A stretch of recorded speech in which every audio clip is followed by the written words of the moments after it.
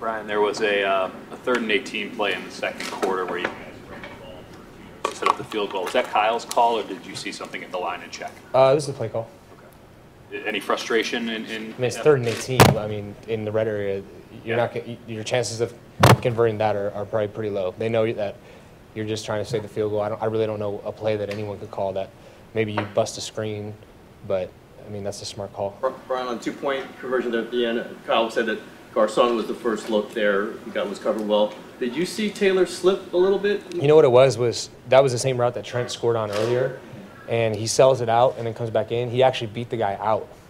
So the guy, when he came back to run back in, the guy was kind of there waiting for him. He beat him so well going on the out route that when he came back in, I think that's kind of why the guy was there waiting for it.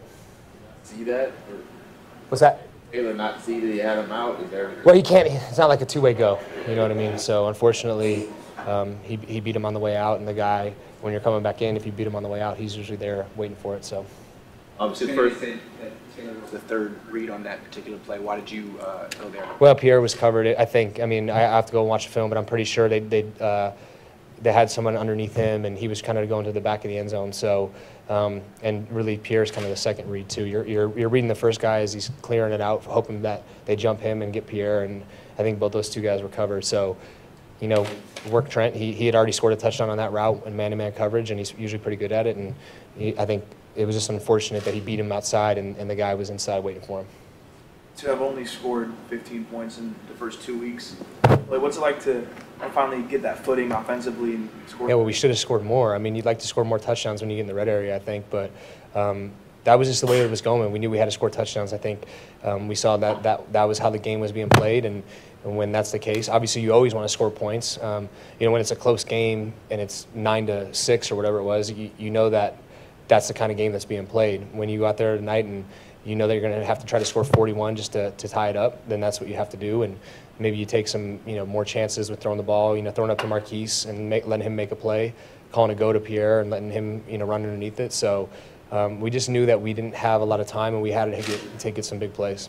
Brian, you guys are built to be a run-first team, really, in a lot of ways. But some of those sequences in the second half inside the 5, Kyle gave you an opportunity to throw as well. Do you appreciate that confidence, and how much does that do for the offense when it's making it a little harder? Yeah, you got to do both just to keep the defense on their toes. And we also knew that the defense that they played down there was tough to run against. I think that was part of it. They kind of crowd the box and man everybody up, and they have a lot of people in there to try to stuff the run. Now, we scored, I think, one of the touchdowns was in goal line, and another one with Carlos out of the gun with a good run call. So I think we were mixed it up well enough. Brian, what happened on that first throw of the game? Yeah, I mean, that was just the guy made a good play. He guessed right. We're thinking with Marquise going over there, the speed that he has, the guy's going to back way off, and he just decided to sit on it. So you chalk it up to the guy making a good play, making a good guess, and I think that's also why we knew we were going to be able to throw it deep later, because they were squatting on a lot of stuff. So, you chalk it up, you move on, and go play the rest of the game.